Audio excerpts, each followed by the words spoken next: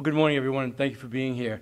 I'm not going to take any thunder away from Andy's presentation, and so I'll reserve some comments or questions that you might have for me about anything, specifically about the numbers or anything else. But I just want to start off, though, by acknowledging Andy Kawano, our Director of Budget and Fiscal Services, his deputy, Carrie Castle, and the extraordinary team at BFS. We really challenged them this year to do this budget. And actually, this budget began even before we finished the 26 budget, looking at the future. So we've put a lot of time and effort into this particular budget. I'll let Andy talk about that. But we have extraordinary work that's gone on, a lot of understanding of some very complex situations, and I feel really good and very confident about this budget that we're submitting. The other thing I want to do is I want to acknowledge Mike Formby, who's not here this morning, and Krishna Jairam, our Managing Director. Honestly, when you're doing the budgets of this size, when you break it up between operating and the capital improvement program and all the other things, understanding where we are at this moment in time, what has been put in the works, who we are right now as a leadership team, what needs to get done, et cetera, it takes hours and hours and hours of meetings and conversations and creating understanding and direction and plans, et cetera. So I just want to thank them for their leadership. And then the last thing I want to say, I want to thank our leadership team too. And you'll see why in a few moments here. But we've now come together over the course of 5 years building this team. I have great confidence in them. In fact, I've not felt more confident at any point in time since I've been in office about the team we have. But they understood the challenge of the moment. They understood where we were, where we are, and where we want to go, and they responded accordingly. So it took a lot of work, a lot of collaboration. I'm very proud of it. Again, I don't want to take anything away from Andy's conversation, but this is a good moment for us. I'm glad you're here. Andy Kawano, Director of Budget and Fiscal Services. Thank you, Mayor. You're a hard act to follow, as usual. I want to thank the media team, the Mayor's comms team, for all of your help to get this stage and set up. Context. We're in tough times right now. Many are feeling the pinch of the high cost of living in Hawaii, specifically on this island. And while coming down, inflation is still a threat. There's still a threat that inflation will return to the 6 and 7% in the future because of what's going on in the world, and that's out there. Lastly, many have affordability concerns with regard to their future on this island. And the same holds for the city. You know, we feel the pinch as well. Our property taxes, our main source of revenue, will be flat. As you all know, the assessments went out in December, and the assessed values of all classes of land on average increased only about 1%. The mayor has committed to not increase real property tax rates. Therefore, our real property tax revenues and collections will be flat year over year. We're going to be at about 1% up. So we're going to have to deal with that constraint. This means that we're going to have to live within our means. We, at the same time, have had to deal with labor negotiations. You know, we're entering into new collective bargaining agreements for 4 years, and we're nearly done with the negotiations. But what's going on is this: we are going to have to pay more in salaries and fringe benefits. The amount that we're going to have to pay that's in excess of our base year, which is FY25, is about, on average, $55 million more per year, and that's year over year. So in year one of the new contract, we're going to pay $55 million more in salaries and benefits. Year two, you add 55 on top of that, it's going to be 110. Year three, it's going to go up to 165. And then in the final year of this new 4-year agreement, set of agreements that we're working on, we're going to be at $220 million more in salaries and benefits. And that has to be funded by our revenue base. So we have a flat revenue base. We have also increasing expenses. Our expenses have been increasing more than our revenue base in recent years. For calendar years 2026 and 2027, UHERO is forecasting a modest expansion in living wages and in GDP for the state. Therefore, along the same lines, we expect that property taxes and our other revenue amounts will also be flat. Therefore, we're going to have to deal with that. Accordingly, our mayor is submitting a proposed operating and capital improvement budgets that are both fiscally responsible and constrained, considering the cost of living struggles and economic uncertainties burdening our taxpayers. The proposed budgets that we submitted yesterday total $5.08 billion, which is $133.6 million less than last year's adopted budgets. So we're going to live within our means going forward. Our operating budget at $3.97 billion is $38.4 billion more than last year's adopted budget. And we'll explain why. So that's our total budget. It's less by $133.6 million compared to last year. Our operating budget at $3.97 billion is more than last year's budget by about $38.4 million. That's less than 1%. Our capital improvement project budget at $1.11 billion is approximately $172 million less than last year. We're focusing on projects that we're going to start and finish during the remainder of the second term of this administration. So we took a hard look at what we're going to start and what we're going to finish over the next 2 years and 10 months. Again, the mayor's proposed executive operating and capital budgets total $5.08 billion, and on a combined basis, it's $133.6 million less than last year's adopted budgets. You may be asking, how do we balance the budgets in the context I described? Well, we took a hard look at our budgets for vacant positions. We adapted by prudently reallocating a percentage of budgeted vacant dollars, and restricted current expenses and equipment replacement costs across the city to help to fund the FY27 budget and balance the budget. I can assure you that most agencies would have wanted to have their entire vacant position budget across their operations, but we couldn't do that. With the increases in salaries and benefits for positions that we have throughout the city, if we budgeted 100% of the vacant positions that we haven't filled, it wouldn't be sustainable over time. So we took reductions of the vacancies that we felt that we wouldn't be able to fill, and we used those reductions and the related benefits for those reductions to fund operations and to fund essential services for the city. As such, we took a reduction in salaries and benefits of about $50 million, close to $50 million, and that helped to balance things out.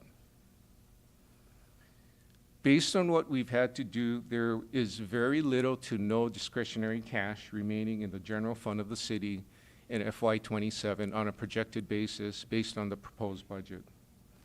We believe that such a rigorous and responsible budget is not only appropriate but necessary in light of the economic challenges faced by our constituents and taxpayers.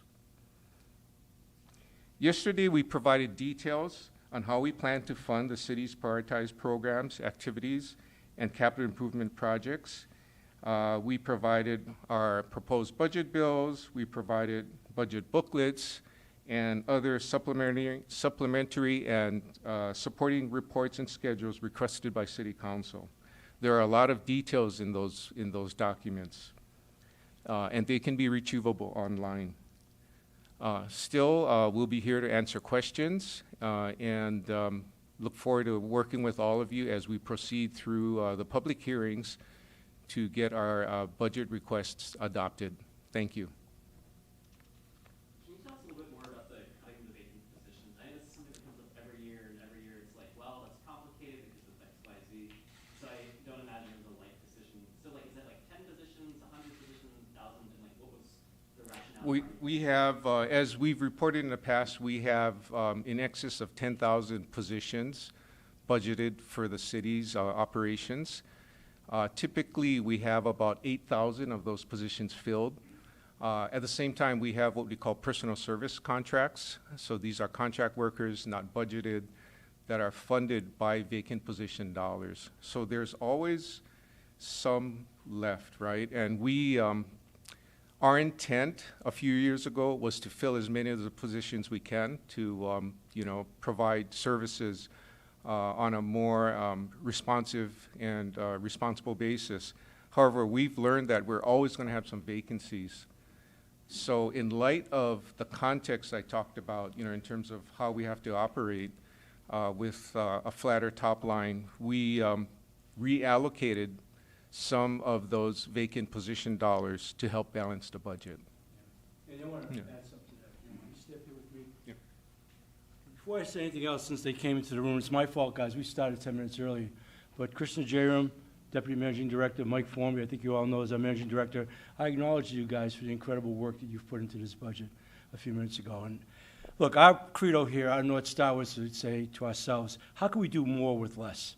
And we really wanted to take a realistic view of things. So for the last 4 years, we've been, you know, challenging our department head team, our cabinet, to hire as aggressively as possible. In fact, the city got involved in really serious recruiting, not just with job fairs. We hired recruiters. We've done everything else. There's a realism to the fact that we have the second lowest unemployment in the country right now.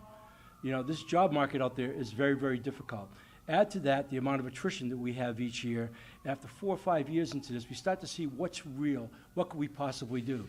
So we're not cutting anything. We're basically being really smarter about how we're budgeting, realistic, so we don't compromise ourselves. So the $50 million that Andy talked about worked out really well. But let me give you a different perspective. Since Andy talked about the fact that the budget went up, our salaries went up $55 million this year, and will continue to go up. If you stop and you take a look at the fact that we're only $38 million over operating from last year, actually we cut 17 in there as well.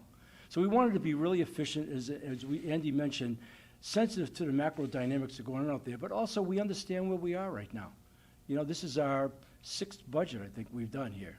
And so this is about being realistic, about challenging ourselves to get more with less, not less with less.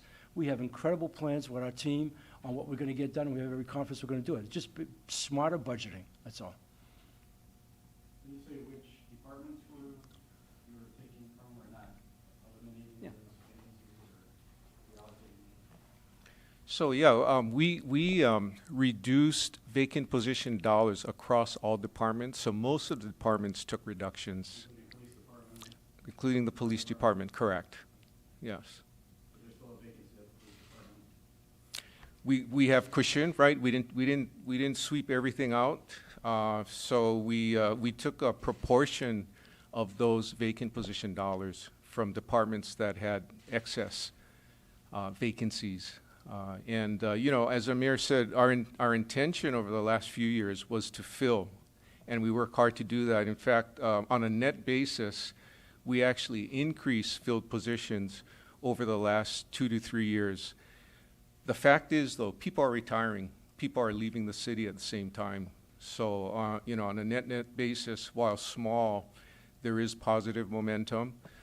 But in spite of the positive momentum, there's still vacant positions that, you know, we have to deal with. And we use it to balance the budget. We use an allocation of some of those dollars to balance the budget. Do you guys focus more on non-public first responder type jobs, eliminating those or keep on? We're not eliminating jobs.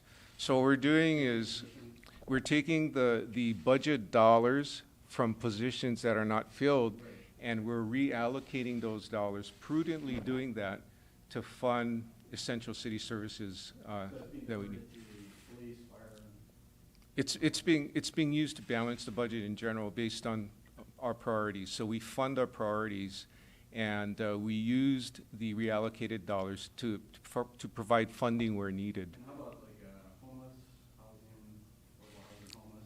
The same thing. Yep. Yeah. For instance, we plan to, if our budget is approved, to expand HONU, to remove homeless off of the streets, and that adding one more HONU operation costs about $5 million. And while the state is funding some of the operating costs, we're funding a proportion of it too. So we have our skin in the game there as well. Yeah, our priorities haven't changed. We made sure we have enough ample resources. So I want to say this again. We didn't do this arbitrarily here. This is, you got to really try to understand this. We've been looking at lapsed positions for some time.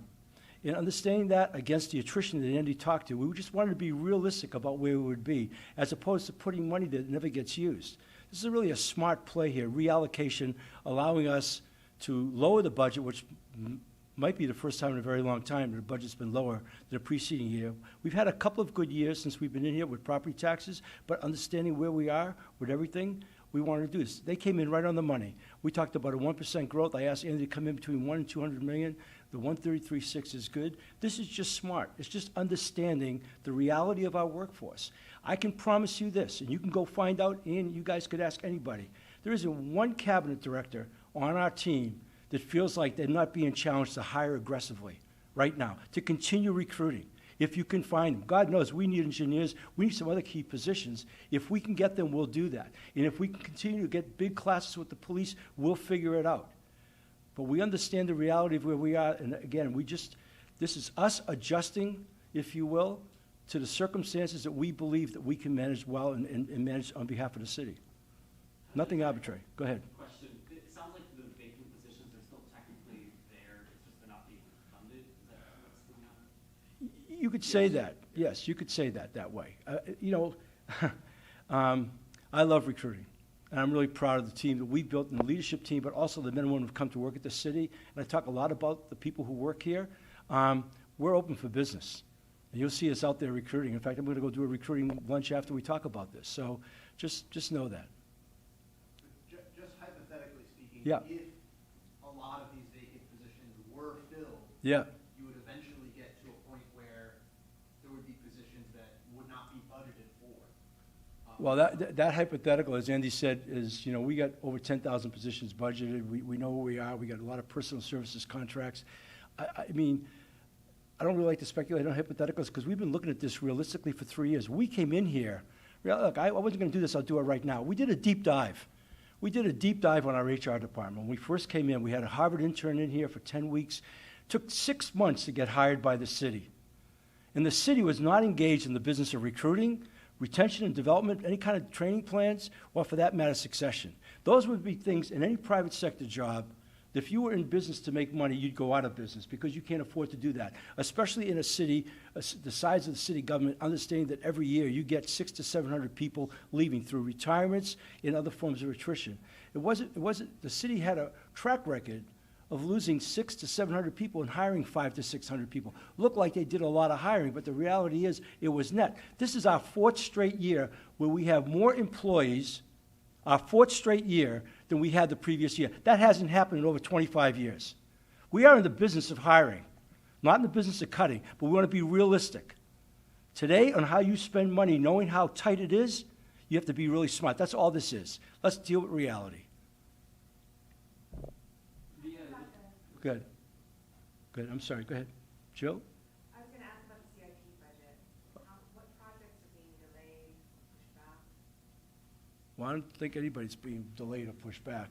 I don't know where you got that from, but go ahead, Andy.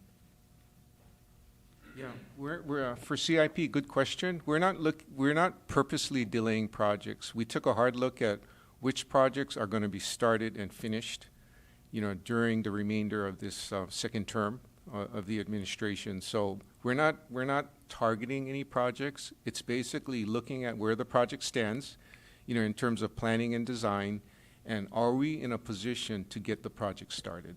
That's what we're looking at.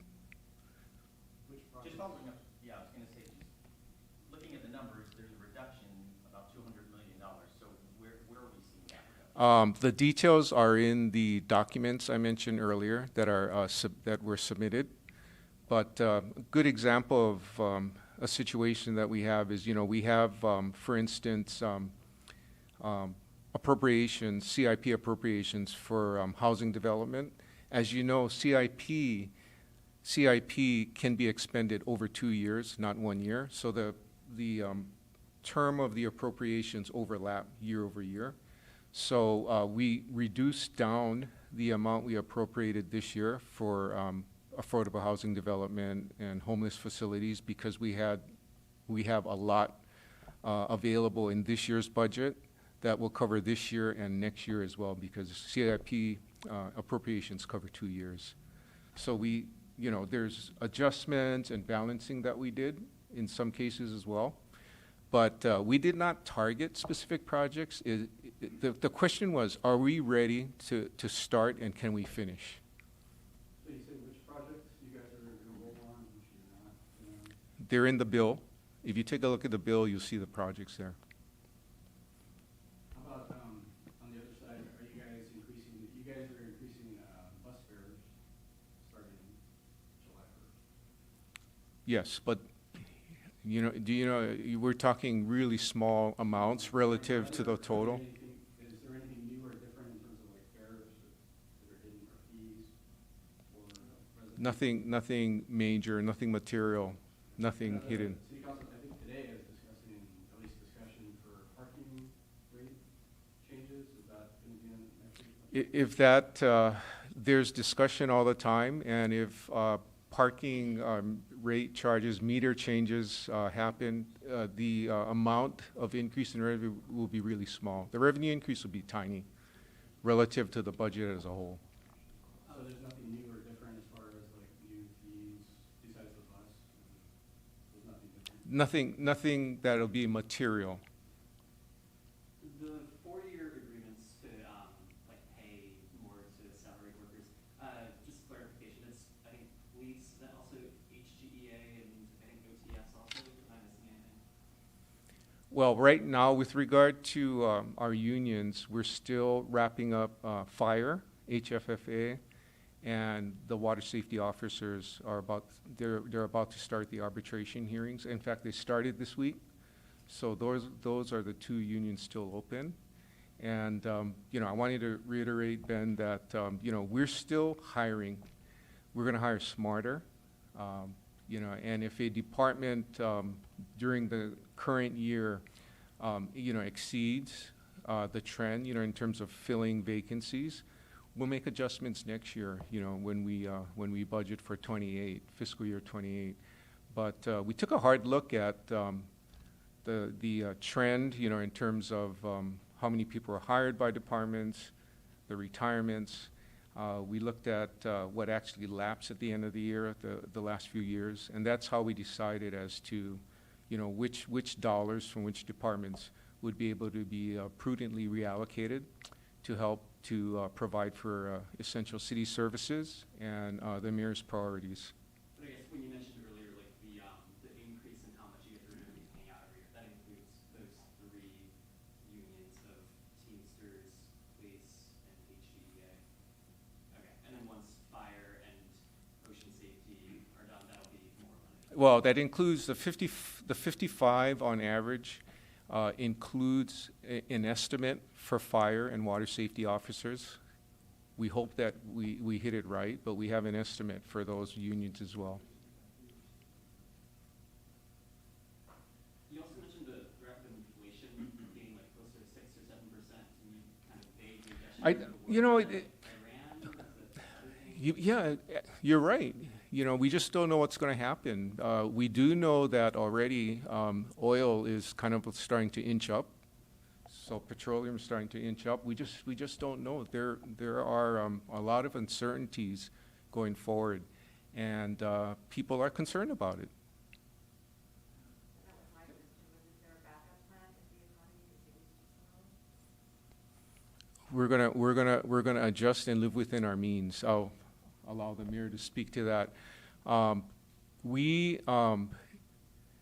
mentioned UHERO, right? So they updated their forecast recently. It actually improved a little because when we were selling bonds last summer, the thought was that there would be a slight recession in '26. They've kind of pulled back on that and said that, there's going to be modest growth now, in terms of real income and GDP. But things fluctuate over time. We just have to stay on top of what's going on. I know last year you guys, once Trump was elected, it was clear that there would be cuts in federal funding.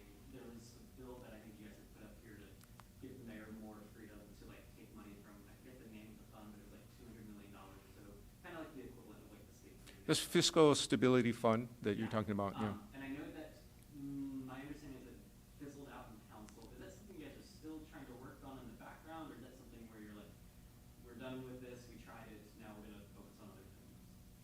I would say that nothing's off the table, but we're focusing on other things right now, yeah. I just want to add a little bit more color, if you will. First of all, on any fee increases, especially with transportation, which hadn't been raised in a long time, none of that is to gain a profit. That's just to keep us from losing ground. And we debated about doing that, being sensitive to the cost of living. But honestly, the total fare box of everything that we collect is a fraction of the operating. The operating expenses for our bus service, now Skyline and Handy Van, is our single greatest expense line. Transportation. That's what $475 million. That's what you pay taxes on. All these details are in there.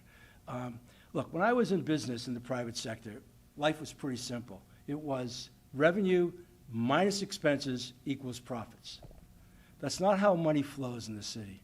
It is very, very complicated. And so there is stuff that, when we talk about the term lapse and the way monies carry over in projects and whatever, believe me, our cup runneth over in projects. DDC has over 405 projects out there right now. Our Department of Housing and Land Management has got 65 things that they're working on and a number of transactions. We are running at full speed. We're not pulling back. I'm going to emphasize, this is more with less, understanding the money where we are. The other thing is, I said to you a few moments ago, we began working on 27 before we even finished 26, understanding the macro dynamics of what was going on. We just told you, look at the future. Andy just said it, 55, 110, 165, 220, just in salaries going up with commensurate and related retirement costs to go with that. We're anticipating that. As long as we're in office for the next 2 years and 10 months, we want to be smart about what we do that so we can max out on what we deliver to the people out here. That's what this is about. Don't walk away thinking, oh, they cut and whatever. No, we're running at full throttle. This is just being smarter about the reality of the money and how it works in the city, and it's a very different model, I can promise you, unless any of you have government experience, than anything you've looked at before or been a part of. It's very different. Mayor, real quick question on that. Go ahead, Paul. What do you say to our viewers, just to reassure them that you talked about workers getting more pay, but there may be fewer workers as far as city services? Well, I don't know if there's necessarily fewer workers as far as city services. I want to dispel that notion. We are recruiting aggressively that way. There just isn't the job market for it. So you're going to say, we got 10 openings, you only filled 2, and you've done that 3 years in a row. You're going to sit there and you want to be realistic about that. So right now, as it turns out, we, in our area of DFM and Parks and Recreation, they've done a wonderful job of hiring. A couple of our departments that have really come up. Environmental services as well. These are really a lot of really labor-intense jobs. So I don't think the people out there, I think people shouldn't think they're going to get anything less. We're not cutting back on any services or our ability to deliver on those services in a timely way in the way it's all been done before. This is about unspent money, saying if we're not going to get that, if we're not going to use that, then how do we really operate intelligently against a challenging economy and now the added uncertainty given what happened over the weekend? Knowing full well we've got fixed costs coming at us that are not incidental. Think about that. This is really complicated. This is not a simple thing. It's not about less. I'm going to say it over and over again. We will do more this year than we have in the last 5 years since we've been in office. More. In housing, in homelessness, in services, in our ongoing improvement of DPP, across the board in every single department. This was smart. This was intelligent in what we did, and we're really proud of, and that's why I opened up the meeting today thanking everybody. And I want to compliment our directors again, because we challenged all of them. But now I know that they have enough experience in the jobs they're in. I understand the knowledge they have, the capability they have, and we can do this. Not at the expense of our taxpayers out there, but smarter budgeting than we've ever done before. I think that listening to the One Oahu podcast a few weeks ago, you had mentioned that looking at the police vacancies. Yep. Obviously, there's a lot, and it's a tough problem to fill them, and I think you had mentioned, like, maybe we don't even need that many. Well, what I said was, one of the things that I wonder about, Ben, it's a good question, is, we came into office, and I think the numbers were around, I remember when I was in the campaign, the numbers were 200 vacancies, and before we know it, after I got elected, it was 300, and then it's gone up, right? And we've talked a lot about that from the standpoint of, do we really have the data? Have we really managed that to really determine what the number is? Right now, we're operating a safe city, and we're hiring. We have our biggest classes right now at 44, and more in the pipeline. We're encouraged by that. That's a result of a lot of recruiting and other things that have gone on. I don't know what the real number is, but I can tell you this. When I was coming in, I asked, because I was new to the whole thing, when they had 200 vacancies, I said, wow, that seemed like a lot to me. I said, you think you'll ever fill those 200? They said, if we got to 100, it would be great, if we could fill 100 of them. So I've always wondered about that. What is the real number? Because, we operate, we want to stay positive, we want to maintain our capabilities, and so that's something right now that we're going to look at. We just don't have enough data on it. But I would tell you this, we still need more police officers. When you think the real number, you mean like the real number of vacancies or the real number that you need? That's just it. I will tell you that right now, the way the schedules go and the amount of overtime people work or whatever, we're covering the bases. But that's one of the numbers I'd like to find out of what we need to be. It could very well be that I don't want to throw out a number, say it, because it's not scientific, but it could be something less than the stated number of vacancies. That was my point when I did that podcast, but we're working against it. I've watched that number grow. I'll be candid. We all have. You've written about it. You've reported on that. We've been concerned about that. Public safety is our number one priority. It really, truly is. That's not lip service. Keeping people safe is so basic and so important, okay? So we've obviously focused on that, but as those numbers have gone up, we've maintained some stuff. I just, I want to be realistic about that and honest about it. For example, if we have, for example, 200 vacancies, maybe we only really need to hire 100 more people. And that's what I was speculating on, Ben. Yeah, the reality of it. If we had 100 more police officers, what could we do with that? But it may not be, and part of that by saying that was so to try to create some calm, because right now we're doing a pretty good job. And I think we're going to be doing better and better on that as well.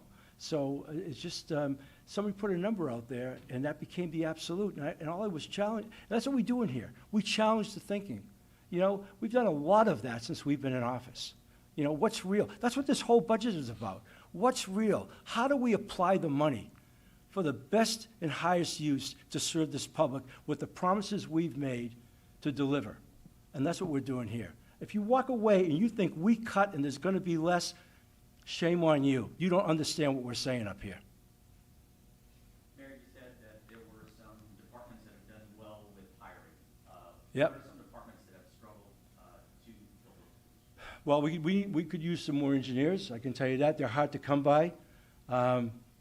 The Navy has hired a lot of engineers, but they're really at a premium. We've had a lot of conversations up at UH. Mike and I were just visiting with Brendan Morioka recently, talking about that, what a premium. So it's more about specified skills, in certain skill sets. At the same time, we're embracing technology. We're doing more with technology today than we've ever done before. And in some ways, it was long overdue. One of the things that I really felt coming into this job after 43 years in media, an industry that was driven by technology, was that the city was considerably behind. We talk all the time about modernizing the city, and I challenge our guys all the time and saying, now we're in the 7th year, the 3rd decade of the 21st century. Where are we from the standpoint of technology? And we've made a lot of investments in technology. What we're doing now is bringing our workforce along.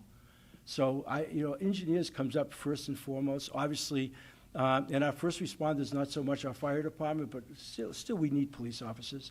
But I'm encouraged by this class right now of 44 and understanding that we have more in the pipeline. It's things like that, Paul.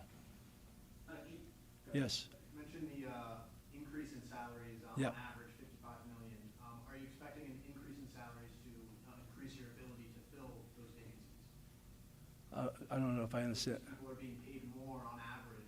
Yeah. Do you expect Was that help? Yeah, they're good paying more people will jobs. be hired? Yeah, they're good paying jobs, you know, I mean, I look at the city that was also one of the problems. It was not paying competitively.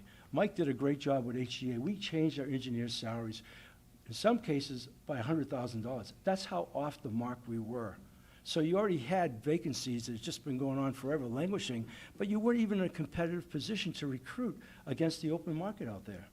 And it's even become more so now with the unemployment numbers being what they are. So, yeah, I mean, better paying jobs, you know, you won't ever hear me saying anything that denigrates our workforce. We challenge everybody on our workforce. We got a lot of really well-committed people here, and I'm glad that we pay them well. I want people to feel really proud that they can give careers. This is a day and age where you can't get somebody to commit to 3 years. There's so many men and women. I always get sad at every retirement. People walking out the door at 35 years, proud, happy, the years of service. We'd like to perpetuate that too, because there's a lot to be said for that.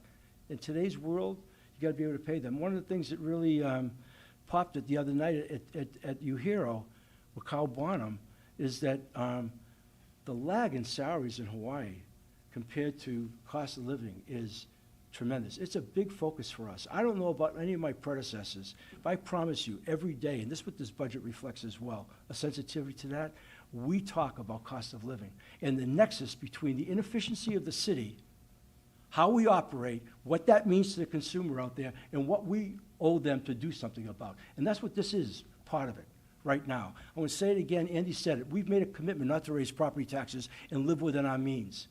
That's an easy trick. Raise the property taxes. We're not doing that. And I'm really proud of the fact that, honestly, I don't know how many years this has been for the first time that a budget's been under the prior year. This was no small achievement. It should be celebrated, not criticized. I have a question maybe for Andy. You had mentioned that, of course, you know, before this budget was, or before FY26 was done, you guys were already working on this budget. So I assume that you've already started thinking about FY28. What does that look like? Like, what are the initial things you think about, and what are the things you're thinking about this year? I guess with the flat budget, what does that translate to for FY28 considerations? So for 28, we believe that the top line, the revenue, will be flat again. We don't see anything that would indicate that there's going to be a huge increase, like what happened in FY23 and FY24 coming out of COVID, right? A lot of pent-up dollars went into buy homes and drove prices up, right, and all of that. And real property taxes increase. We had the last round of COVID monies that came in to help boost our ability to pay for services. And that actually grew the budgets because we wanted to catch up on deferred maintenance as well. Because coming in the first term, a lot of maintenance work, a lot of staffing had decreased, right? We had lots of vacancies, and we were behind on maintenance throughout the city. So we put in the budget dollars to get caught up, and we've made progress. We're still not there yet, but we still have to continue to improve as we move forward. So I think about that, a flatter top line. We know that like I said, on average, over the next 4 years, these new collective bargaining agreements will increase our salaries and benefits for employees about $55 million a year. You know, it started a little smaller, so the estimate for FY27 is about $52 million, just under that, but it's going to grow. The average, however, is $55 million every year. So how do we fund that? The question is, how do we fund that? Are we going to have to, be more efficient in areas of operations that use up a lot of dollars, require a lot of funding allocations?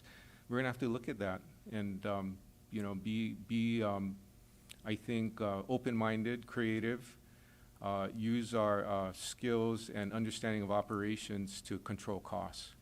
That's what I'm thinking of going forward. You said you guys are still behind on maintenance. How much? It's hard. There's maintenance needs throughout the city. We have culverts that have to be refurbished, rebuilt. Bridges that have to be repaired.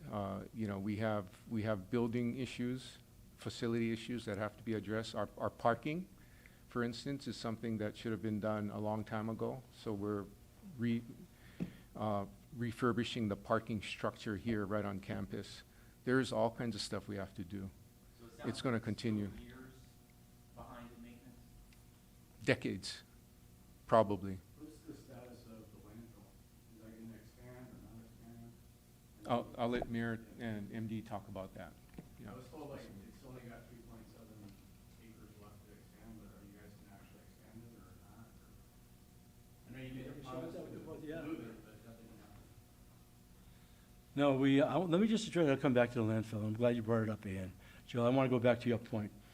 I'm going to relate to something, I would say something maybe you can all relate to in the news business, is that when I was in that business, we try to teach our newsrooms to always expect the unexpected. That's what newsrooms would be at their best. Breaking news, same true in print, anybody. How do you get on it? How do you own that story?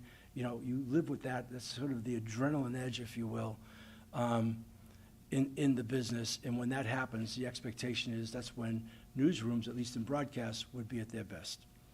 In this job, coming into it, it's not enough to expect the unexpected. It's expect the unimaginable. We came in during the middle of COVID, and we no sooner turned around, we had Red Hill as an incident, and that was amazing. And then Maui had Lahaina, and things just in the last 5 years since we've been here were really almost unimaginable. So we will adjust to whatever happens, because none of us have an ability to predict the future. What we're trying to do right now is create one. And as Andy just said, we're dealing with decades, stuff that should have been done years ago. This parking lot should have been done 25 years ago, okay?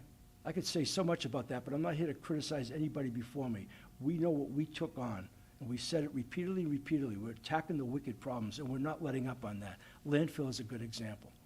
I don't think we did anything, we could have done any more due diligence on a project. We came in the middle of the pandemic. We looked at the timetable. We already knew that this had been punted by several administrations, maybe 4 or 5. The kind of time that it takes to do that. We understood the outcry from the west side. We knew what the horizon was, and so we put together a landfill advisory committee. They evaluated 6 sites, and because Red Hill happened in the middle of it, which changed the conversation about drinking water forever, okay? And all that went up with that, they came back and didn't recommend. They ranked them, but they didn't recommend. We then said, okay. Then we turned to the military. We spent 2 years with them. They really tried their best. I thought at one point we had YPO. In fact, we were even looking at alternative soccer fields because we knew we couldn't take away the soccer fields without an alternative. And because of national security, that went by the boards. But that wasn't for want of an effort. And then we went to Wahiawa. That was the #1 site picked. The #1 site picked.